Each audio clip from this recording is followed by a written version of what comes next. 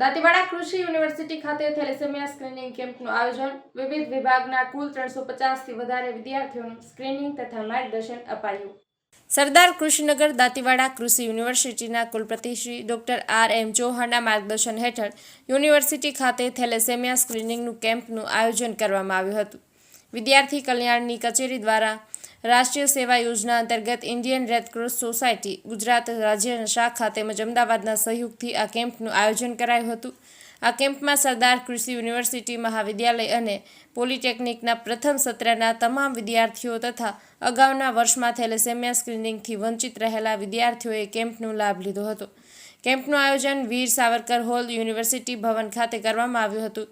સદર પ્રોગ્રામમાં વિદ્યાર્થીઓનો ઉત્સાહ વધારવા આસ્પી પોષણ અને સમુદાય વિજ્ઞાન મહાવિદ્યાલયના આચાર્ય શ્રી ડોક્ટર S.R. વ્યાસ અને food technology મહાવિદ્યાલયના Acharya Shri doctor J.J. Dhaduk ઉપસ્થિત રહ્યા હતા।